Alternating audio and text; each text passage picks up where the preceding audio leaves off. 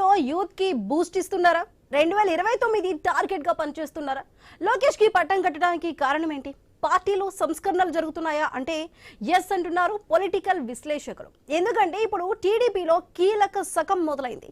పార్టీలో కీలక మార్పులు మొదలయ్యాయి. పార్టీ చీఫ్ సీఎం చంద్రబాబు తనయుడు రాష్ట్ర మంత్రి లోకేష్ కి పార్టీలో అత్యున్నత బాధ్యతలు అప్పగిస్తూ అధికారికంగా నిర్ణయం తీసుకున్నారు. లోకేష్ ను టీడీపీ జాతీయ వర్కింగ్ ప్రెసిడెంట్ గా నియమించింది పొలిట్ బ్యూరో.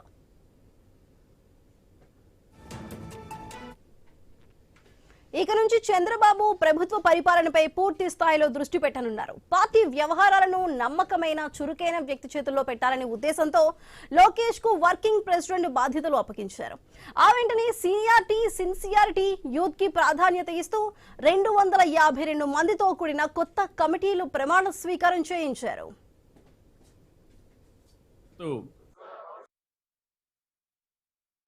మనకి గల్లీ పాలిటిక్స్ తెలుసు, ఢిల్లీ పాలిటిక్స్ కూడా బాగా అర్థమవుతుంది. ఓడిపోయినప్పుడు వెనక్కి తగ్గలేదు, గెలిచినప్పుడు కాళ్ళు ఎగరేసుకుని తిరగలేదు.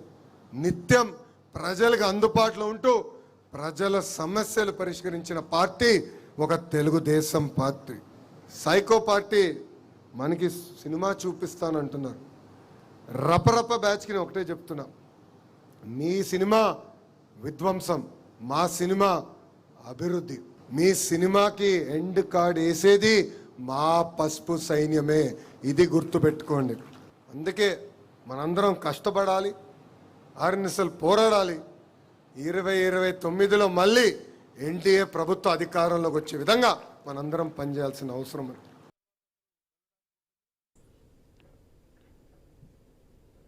ఇప్పటి వరకు ఎన్నో ఆటుపోట్లు, పరిస్థితులు, వెన్నుపోటు విమర్శలు ఎదుర్కొంది పార్టీ. వాటన్నింటినీ తట్టుకుంటూ తాజాగా 3వ తరం నాయకత్వం అధికారికంగా రంగంలోకి దిగింది. ఇలాంటి టైంలో ఎన్నో ప్రశ్నలు ఎదురవుతున్నాయి. ఇటు టీడీపీలో లోకేష్ సరికొత్త అధ్యాయాన్ని విజయంతో ఆరంభిస్తారా? 2029 ఎన్నికల తర్వాత సీఎంగా లోకేష్ పట్టాభిషేక కార్యక్రమం కూడా జరగనుందా? అటు సీనియర్లను, ఇటు జూనియర్లను బ్యాలెన్స్ చేస్తూ లోకేష్ ఎలాంటి పరిపాలన చూపించబోతున్నారు? ప్రధానంగా మరికొన్ని నెలల్లో జరగనున్న లోకల్ ఎన్నికలు లోకేష్ కి అగ్ని పరీక్షేనా?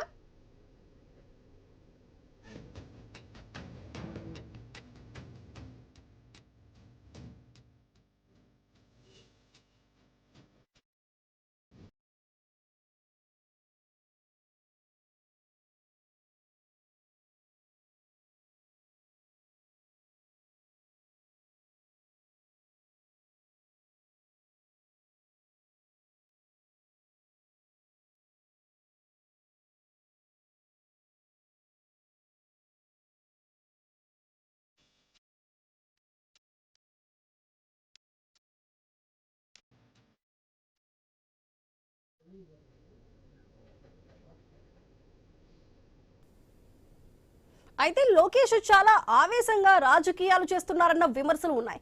ఎందుకంటే వెనక ముందు చూసుకోకుండా, రేపటి గురించి ఆలోచించుకోకుండా రెడ్ బుక్ తో రెచ్చిపోతున్నారనే ఆరోపణలు వస్తున్నాయి. ఆ విమర్శలు ఇకపై వినిపించకుండా నడుచుకుంటారా?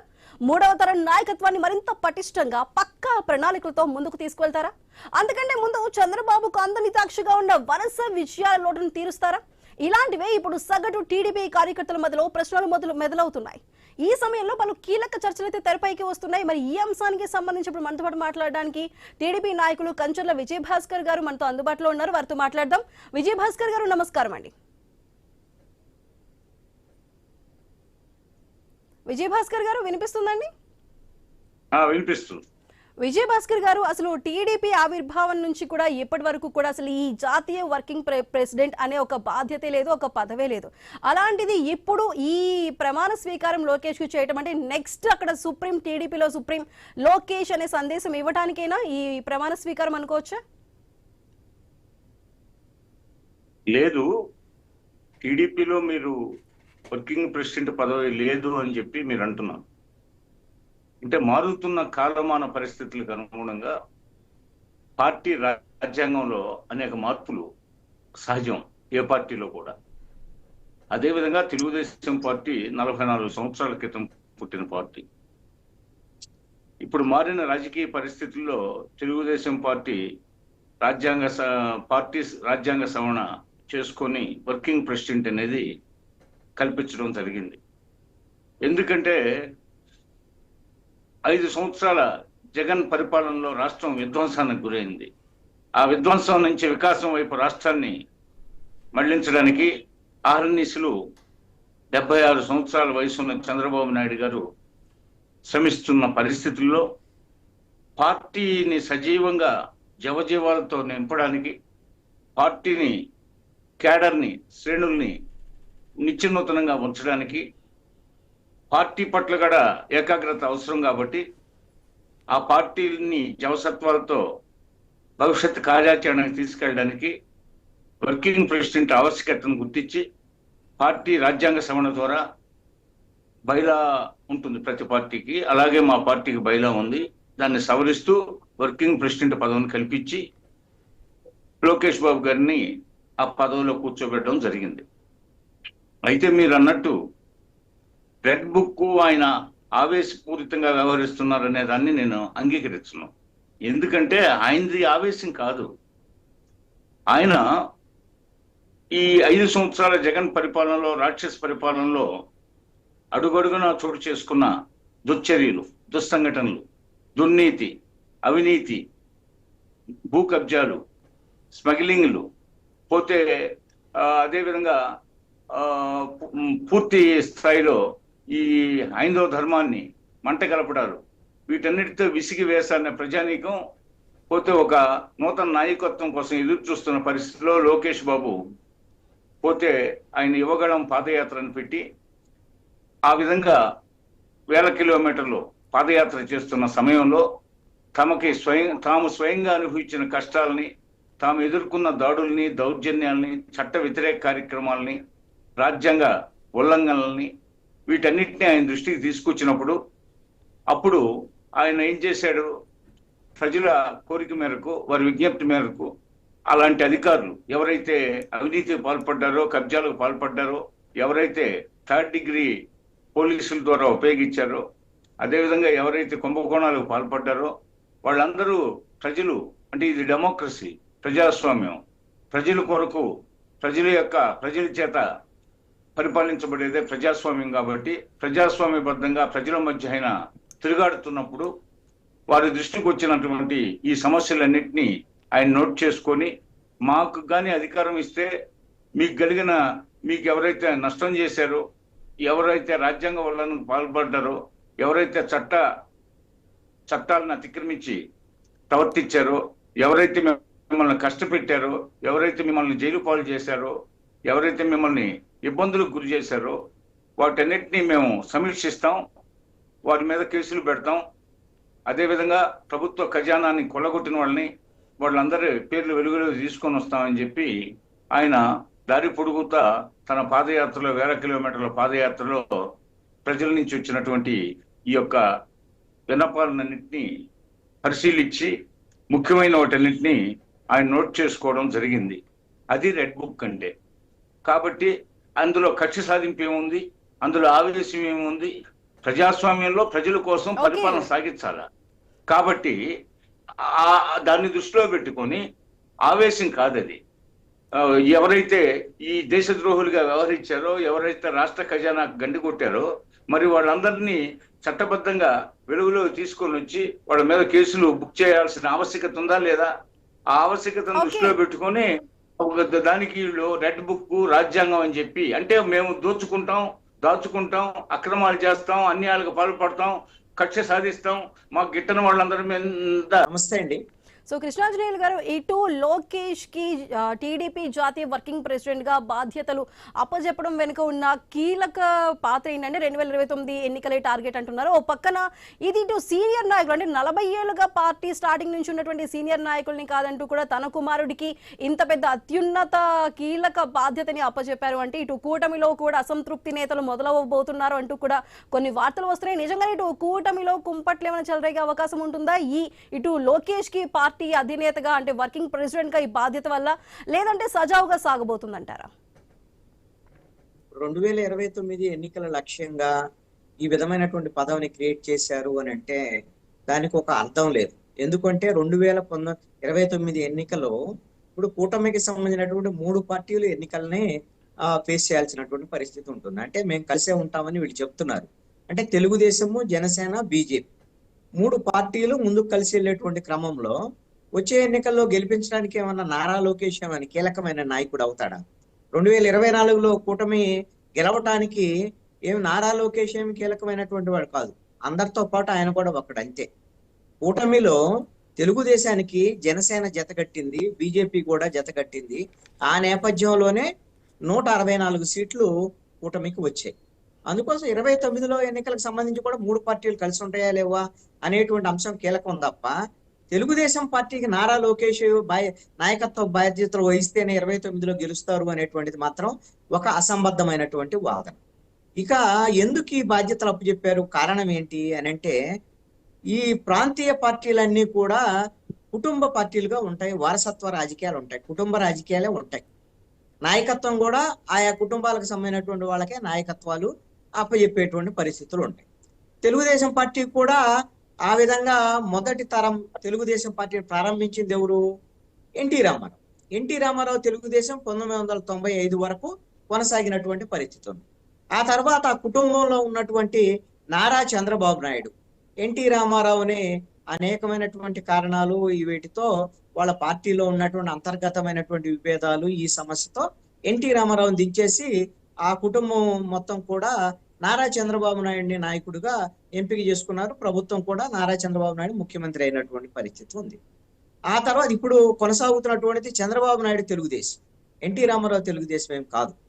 ఇప్పుడు భవిష్యత్తులో తెలుగుదేశం ఎవరి నాయకత్వంలో నడవాలి ఆఫ్టర్ చంద్రబాబు అనంటే చంద్రబాబు వారసుడిగా నారా లోకేష్ ఉండబోతున్నారు అని చంద్రబాబు నాయుడు ప్రకటించారు. ఈ విషయాన్ని చంద్రబాబు నాయుడు ఆయనకి ఒక Telugu Desam party national working president గా అనౌన్స్ చేశారు.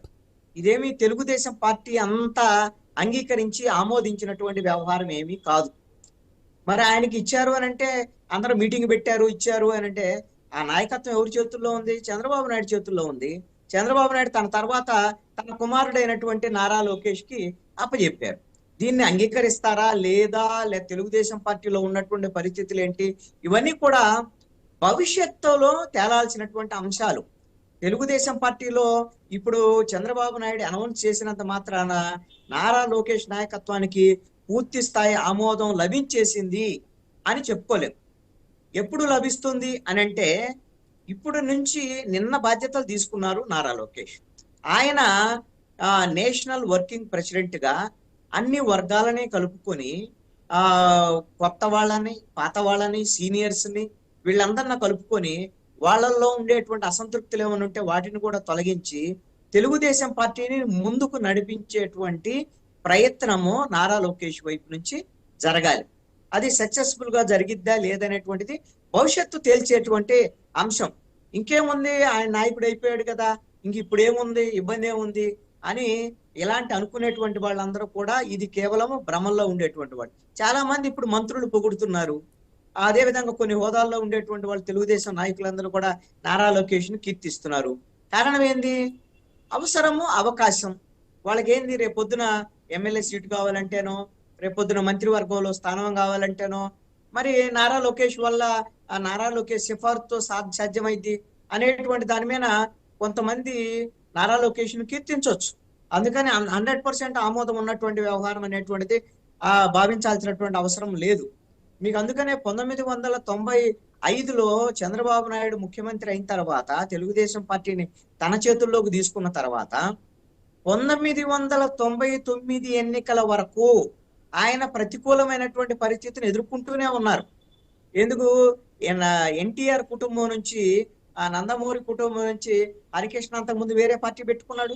అతన్ని తీసుకొచ్చి తెలుగుదేశం పార్టీలో మంత్రి పదవి ఇచ్చాడు చంద్రబాబు నాయుడు. అదే విధంగా ఇంకొక అల్లుడైనటువంటి దగ్గుపాటి వెంకటేశ్వరరావు, వాళ్ళను కూడా తీసుకొచ్చి తెలుగుదేశం పార్టీలో పెట్టుకున్నారు. ఆ తర్వాత అన్ని చేసిన తర్వాత ఏమైంది? 1999 ఎన్నికల్లో చంద్రబాబు నాయుడు నాయకత్వంలో అప్పుడు గెలిచిన తర్వాత అప్పుడు చంద్రబాబు నాయుడికి తెలుగుదేశం పార్టీ మీద పూర్తి స్థాయి గ్రిప్ వచ్చినటువంటి పరిస్థితి. ఆ తర్వాత హరికృష్ణ ఎటుపోయాడు, దగ్గుపాటి వెంకటేశ్వరరావు ఎటుపోయారు, ఆ బాలకృష్ణ స్థానం ఏంటి, ఇవన్నీ సెకండరీ. అంటే పూర్తిగా తన చేతుల్లోకి తీసుకున్నటువంటి పరిస్థితి చంద్రబాబు నాయుడు వైపు నుంచి. ఇక మిగిలిన వాళ్ళు ఇష్టమైన వాళ్ళు అటువంటి వాళ్ళు ఉంటారు, ఇష్టం లేనటువంటి వాళ్ళు తెలుగుదేశం పార్టీ నుంచి వెళ్ళిపోతారు అనేటువంటిది ఆ రోజున పూర్తి స్థాయి ఆయనకి ఆ నాయకత్వం ఆయనకు వచ్చినటువంటి పరిస్థితి. ఎన్టీ రామారావు వారసురాలుగా తనకు అవకాశం ఇవ్వాలని లక్ష్మీ పార్వతి కూడా, ఆమె కూడా ఒక తెలుగుదేశం పార్టీ పెట్టారు. ఆవిడని ప్రజలు అంగీకరించలేదు, ఆ ప్రజలు తిరస్కరించారు. అందుకని ఆవిడ ఇప్పుడు వెళ్ళి వైఎస్ఆర్ కాంగ్రెస్ పార్టీలో చేరారు. అందుకని తెలుగుదేశం పార్టీ పూర్తిగా తన వశం కావటానికి ఒక 4 ఏళ్లు పట్టింది చంద్రబాబు నాయుడికి. ఇప్పుడు చంద్రబాబు నాయుడు ఆల్రెడీ ఉన్నాడు. చంద్రబాబు నాయుడు ఉన్నప్పుడు, చంద్రబాబు నాయుడు కొనసాగేటప్పుడు, ఆయన జాతీయ అధ్యక్షుడిగా ఉన్నప్పుడు వీళ్ళు బైలాస్ మార్చి మరి నేషనల్ వర్కింగ్ ప్రెసిడెంట్ అనేటువంటిది క్రియేట్ చేశారు. అంటే నారా లోకేష్ కోసమే క్రియేట్ చేశారు, అది వేరే వాళ్ళకి క్రియేట్ చేస్తారా? వేరే వాళ్ళ కోసం అయితే వేరే వాళ్ళు ఇంతకన్నా పనిచేసినటువంటి వాళ్ళు సీనియర్లు కూడా ఉన్నారా? వర్కింగ్ ప్రెసిడెంట్ ఎందుకు ఇవ్వలేదు? ఇంతకన్నా సీనియర్లు ఉన్నారు. అసలు చంద్రబాబు నాయుడు కన్నా సీనియర్లు ఉన్నారు తెలుగుదేశం పార్టీలో. ఓకే, సో విజయభాస్కర్ గారు ఇటు చెబుతున్నట్టు కూడా ఇది చంద్రబాబు ప్రభుత్వ పరిపాలనపై పూర్తి స్థాయిలో దృష్టి పెట్టబోతున్నారు. అందుకే ఇటు పార్టీ వ్యవహారాలని నమ్మకమైన చురుకైన వ్యక్తి చేతిలో పెట్టాలంటూ ఇటు లోకేష్ కి వర్కింగ్ ప్రెసిడెంట్ గా బాధ్యతలు అప్పగించారని చెప్తున్నారు.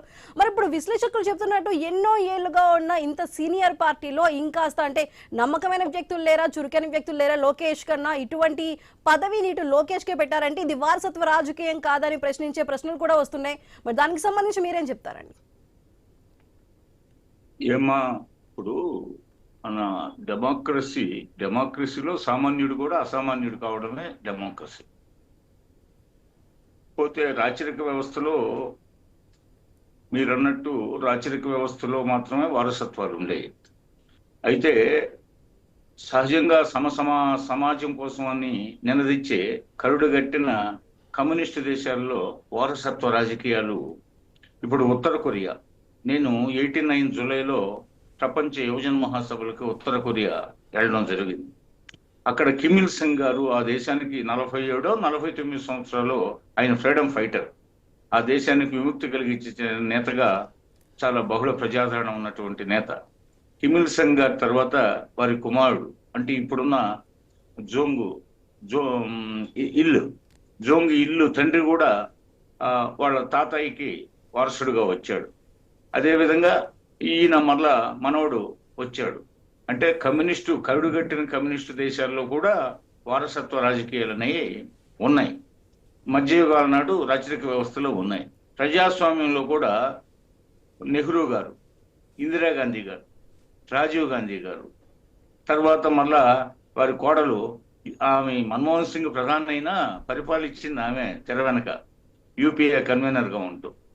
అదేవిధంగా వారి అబ్బాయి ఇప్పుడు సోనియా గాంధీ గారి అబ్బాయి, వారి అమ్మాయి ప్రియాంక గాంధీ, వారు ఈరోజు ఉన్నారు. అంటే సహజంగా ఒక పరిపాలన కానీ పార్టీ రాజకీయాలు కానీ ఎక్కడ కేంద్రీకృతం అవుతాయో అక్కడ ఆ కుటుంబ సభ్యులలో ఎవరో ఒకరు, 4, 3, 2 సంతానం ఉన్నప్పుడు నిశ్చితంగా పరిశీలిస్తుంటారు. వాళ్ళ ఇంటికి అనేక మంది నాయకులు, అధికారులు, అనధికారులు వచ్చిపోతుంటారు. నిశ్చితంగా గమనిస్తుంటారు కాబట్టి వేదకాలంలోనే మనకి డాక్టర్ కొడుకు డాక్టర్ అవుతాడని, అదేవిధంగా రైతు కొడుకు రైతు కావచ్చని, అదేవిధంగా ఒక వృత్తికి సంబంధించి చేనేతకాడు కొడుకు చేనేతకాడు అవుతాడని, అదేవిధంగా ఒక శిల్పి కొడుకు శిల్పి అవుతాడని చెప్పి మనకు వేదాల్లోనే ఘోషించున్నారు. అదేవిధంగా ఇప్పుడు చంద్రబాబు నాయుడు గారి కుటుంబం నుంచి రాజకీయాల్లోకి రాకూడదని, వారి ప్రతిభా ఉత్పత్తుల్ని, వారి సామర్థ్యాన్ని పరీక్షించుకోకూడదని ఎక్కడా లేదు. రావచ్చు, తప్పేం లేదు. పోతే అయితే ఆ పార్టీలో సమర్థులు లేరా అని మీరు ప్రశ్నిస్తున్నారు. పార్టీలో సమర్థులు అంటే ఇప్పుడు ఎవరైతే చురుగ్గా ఉంటారో ఆయన యువకుడు. రెండోది స్టాన్ఫర్డ్ యూనివర్సిటీలో చదువుకున్నాడు. ప్రపంచంలో ఈరోజు నంబర్ 1 యూనివర్సిటీగా స్టాన్ఫర్డ్ యూనివర్సిటీ ఉంది. ఆ యూనివర్సిటీలో ఆయన విద్యాభ్యాసం చేశాడు. అదేవిధంగా ప్రపంచ బ్యాంకులో ఆయన జాబ్ చేశాడు. ఇంకా కొన్ని అంతర్జాతీయ సంస్థల్లో ఉద్యోగం చేశాడు. అదేవిధంగా ఆయన రాజకీయాల పట్ల ఆసక్తి చూపాడు. తాను ప్రజాసేవ చేయాలా, 4 గోడల మధ్య కాకుండా, అక్కడ ఉద్యోగం చేసే శాలరీ కోసమే కదా, కాదు, మా తాతగారు ఎన్టీ రామారావు గారు, అదేవిధంగా మా నాన్నగారు ప్రజాసేవ చేస్తున్నారు, పోతే చిన్నప్పటి నుంచి నేను నిశ్చితంగా గమనిస్తున్నాను. కాబట్టి తెలుగు రాష్ట్రాన్ని, మన రాష్ట్రాన్ని విభజించడం జరిగింది. అదేవిధంగా నవ్యాంధ్రని పునర్నిర్మాణం చేయాలా. అదేవిధంగా జగన్ పరిపాలన అస్తువిస్తుగా సాగింది. పోతే జగన్ పరిపాలనలో రాష్ట్రం అంతా అట్టుడికిపోయి అరాజకం రాజ్యం వెళ్ళింది. ఈ పరిస్థితులన్నీ చక్కబెట్టాలంటే నేను రాజకీయాల్లో చురుగ్గా ఉండాలా అని చెప్పేసి ఆయన క్రియాశీలంగా రాజకీయాల్లోకి రావడం జరిగింది. ఆ తర్వాత దశల వారీగా ఆయన తన మొదట్లో ఆయన రాకని, పోతే ఆయన యొక్క పెర్ఫార్మెన్స్ ను గురించి చాలా మంది చాలా రకాలుగా హేళన చేశారు. అదే విజయభాస్కర్ గారు ఇక్కడ కీలకంగా వస్తున్న ప్రశ్న కూడా అదే. ఇప్పుడు క్రియాశీలకంగా వ్యవహరిస్తుంది, ఇటు యువగలం పాదయాత్ర తర్వాత కావచ్చు, లేదంటే గత 5 ఏళ్ల కాలంగా మాత్రమే ఇటు లోకేష్ క్రియాశీలకంగా ఉన్నారు. అదే విధంగా ఇప్పుడు చురుకుగా పార్టీ కార్యక్రమాలకి సంబంధించి కానీ, లేదంటే ఎక్కడైనా ప్రెస్ మీట్లో కానీ ఇప్పుడు మాత్రమే చురుగ్గా కనిపిస్తున్నారు. ఈ 5 ఏళ్ల కాలానికి సంబంధించి ఇప్పుడు లోకేష్ అనే వ్యక్తి ఇప్పుడు టీడీపీ పార్టీలో కీలకంగా ఉన్నారు, అందుకే ఇప్పుడు ఇచ్చారు. తర్వాత 2029 ఎన్నికల తర్వాత కూడా సీఎం గా లోకేష్ కి పట్టాభిషేకం చేయబోతున్నారంటూ ఇటు టీడీపీ వాళ్ళు చెబుతున్నారు. కానీ టీడీపీలో ఉన్న సీనియర్ నేతలకి ఈ అంశం మీద అసంతృప్తి లేదంటారా? లేదమ్మా, ఎవరికి ఏం లేదు. ఎందుకంటే ఎందుకు ఉంటుంది, ఇప్పుడు రాజకీయాల్లో వస్తుంటారు పోతుంటారు. పార్టీల్లో చాలా మంది నిలకడగా 44 సంవత్సరాల నుంచి, ఇప్పుడు మా బోటోళ్ళం అంతా 44 సంవత్సరాలు. నేను పార్టీ ఆవిర్భావ సభ్యుడిని. 82 మార్చి 29 ఎన్టీ రామారావు గారు పార్టీ పెట్టిన రోజు నేను పోస్ట్ గ్రాడ్యుయేట్ని. నేను ఢిల్లీలో సివిల్ సర్వీసెస్కి పోయి ఉన్నా, అక్కడ ప్రిపేర్ అవుతున్నా. అక్కడి నుంచి వచ్చాను. అంతకుముందే ఎన్టీ రామారావు గారు రాజకీయాల పట్ల ఆసక్తిగా ఉన్నాడనే వార్తలు వస్తున్న నేపథ్యంలో పార్టీ పెట్టండి సార్ అని మెడ్రాస్లో అనేకసార్లు మేము కలిసాం. పెట్టండి, మీకు రాష్ట్రం అంతా అధ్వానంగా తయారైంది, ముఖ్యమంత్రుల మార్పిడి, అవినీతి, అక్రమాలు, అన్యాయాలు అన్ని జరుగుతున్నాయి. ఈ నేపథ్యంలో మీలాంటి స్టాల్వర్ట్ వస్తే, పైగా అంతకుముందు జనతా పార్టీ ప్రయోగం ట్రయాంగిల్ ఫైట్ లో రెడ్డి కాంగ్రెస్, జనతా పార్టీ, కాంగ్రెస్ పార్టీ ముక్కోణం పోటీలో కాంగ్రెస్ బెనిఫిట్ అయింది. అలా కాకుండా మీలాంటి వాళ్ళే నాయకత్వంగానే వహిస్తే ఆ రోజు అధికారంలోకి వచ్చే పరిస్థితులు ఉన్నాయి. వాళ్ళు ఓట్లు చీలిక వల్ల ఆ రోజు మళ్ళా ఇందిరా కాంగ్రెస్ మరి చెన్నారెడ్డి గారి ఆధ్వర్యంలో వచ్చింది. మీలాంటి వాళ్ళు రాజకీయాల్లోకి వస్తే బాగుంటుందని, అప్పుడు నా వయసు ఆయనకి 17-18 సంవత్సరాల వయసు అప్పటి నుంచే నేను అనేక సార్లు కలుస్తూ వచ్చేవాడిని. ఆ తర్వాత 3-4 సంవత్సరాల తర్వాత ఆయన ఒకరోజు నాకు ఫోన్ చేశాడు. అంటే నా ఫోన్ నంబరు, మా ల్యాండ్ నంబరు ఆయన డైరీలో ఉన్నది. ఫోన్ చేశాడు. మా నాన్నగారు నాకు ఢిల్లీకి తెలియజేశారు. తర్వాత నేను వచ్చి ఆయన కలిస్తే, మీ కోరిక తీరబోతుందయా, నేను పార్టీ పెడుతున్నాను, ఇక చాలు, నాకు తెలుగు ప్రజలు ఆదరించిన దానికి నేను ఏదో వాళ్ళ రుణం తీర్చుకోవడానికి వస్తున్నాను అని చెప్పి చెప్పడం జరిగింది. సరే, ఆ తర్వాత మీకు తెలుసు పరిస్థితులన్నీ. ఈ రోజు పరిస్థితి ప్రకారం ఇప్పుడు చంద్రబాబు నాయుడు కొడుకుగా పుట్టినంత మాత్రాన రాజకీయాల్లో రాకూడదనేది ఏం లేదు. వచ్చిన తర్వాత ఆయన ఉన్నత స్థానాలు అధిరోహించకూడదు అనేది. ఓకే విజయ్ భాస్కర్ గారు, ఓకే అండి, థ్యాంక్ యూ సో మచ్. అదేవిధంగా కృష్ణాంజనేయులు గారు, థ్యాంక్ యూ సో మచ్ అండి. సో మరి చూడాలి, ఇటు జాతీయ వర్కింగ్ ప్రెసిడెంట్ గా అటు సీనియర్లను ఇటు జూనియర్లను బ్యాలెన్స్ చేస్తూ లోకేష్ ఏ విధంగా ముందుకు వెళ్ళబోతున్నారు, లోకేష్ కున్న సవాళ్లను ఏ విధంగా ఎదుర్కోబోతున్నారు అనే విషయాలు కూడా చూడాల్సి ఉంది. ఇది వాళ్ళ క్వశ్చన్ ఎవరికి పోషంగా న్యూస్.